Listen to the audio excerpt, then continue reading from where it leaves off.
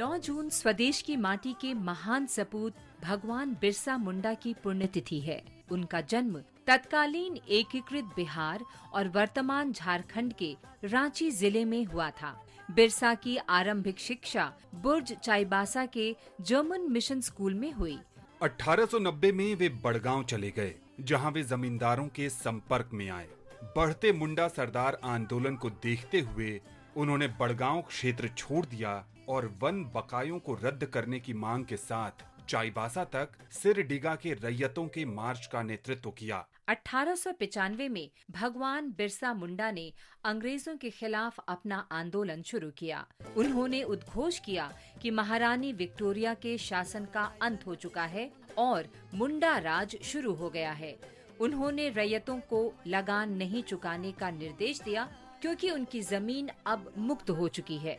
मुंडा समुदाय के लोग भगवान बिरसा मुंडा को धरती आबा यानी धरती पिता कहते थे। कहा जाता है कि उनमें अलौकिक शक्तियां थीं। वे गोलियों को पानी में बदल सकते थे तथा बुरी आत्माओं को भगाने, रोगी को चंगा करने और मृत को जीवित करने का मंत्र जानते थे। उनकी अपार और लगातार बढ़ती लोकप्रियता को देखते हुए ब्रिटिश सरकार भयभीत हो गई। 24 अगस्त 1895 की आधी रात बिरसा को सोते समय गिरफ्तार कर लिया गया।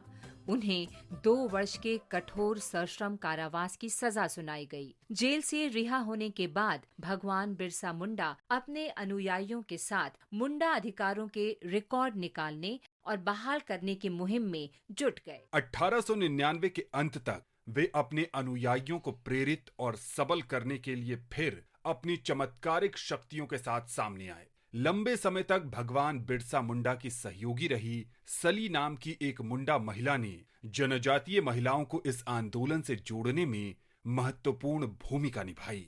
वर्ष 1899 की क्रिसमस पर लगभग 7,000 स्त्री पुरुष एकत्र हुए और अंग्रेजों के शोषण के खिलाफ उलगुलान मुहिम की शुरुआत की, जो जल्दी ही खूंटी, तामर, बसिया और रांची तक फैल गई।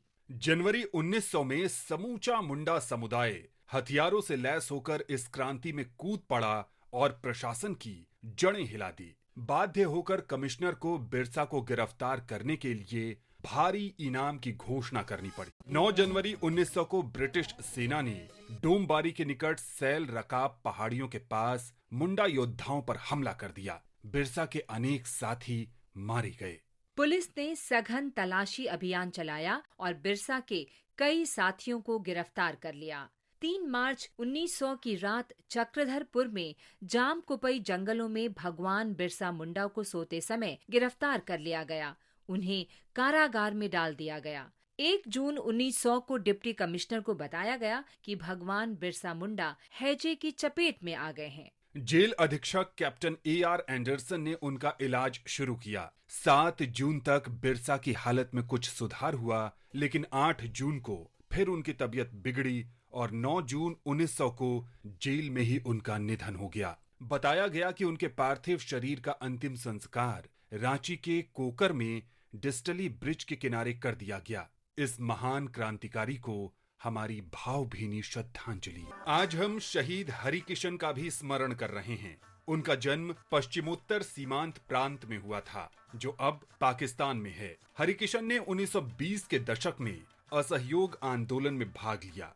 वे नौजवान भारत सभा और खुदाई खिदमतगार की गतिविधियों में भी सक्रियता से शामिल हुए। क्रांतिकारी आंदोलन से जुड़ने के बाद हरिकिशन ने भारतीयों के शोषण के लिए पंजाब के गवर्नर की हत्या करने का फैसला किया। इसे अंजाम देने के लिए 23 दिसंबर 1930 को पंजाब विश्वविद्यालय के दीक्षांत समारोह में गवर्नर के संबोधन का समय चुना गया। नियत समय पर हरिकिशन ने गवर्नर पर गोली चलाई, लेकिन वो किसी तरह बचने में कामयाब हो गया। हरिकिशन को गिरफ्तार कर लिया गया और मौत की सजा सुनाई गई। 9 जून 1931 को मनवाली जेल में उन्हें फांसी दे दी गई। देश की माटी के इस साहसी सपूत को हमारी श्रद्धांजलि।